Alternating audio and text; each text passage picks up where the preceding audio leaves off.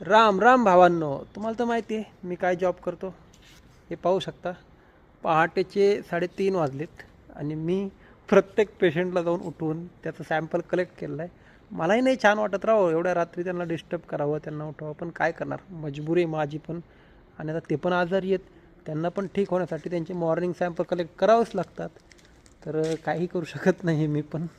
मलाही माझी झोप मोड करून त्यांना जाऊन डिस्टर्ब करावं लागतं, त्यांचं सॅम्पल कलेक्ट करावं लागतं. एकदा नाही, दोनदा नाही, कधी कधी तीनदा तीनदा पण प्रिक करावं लागतं की काही काही जणांचे वेन्स मिळत नाहीत.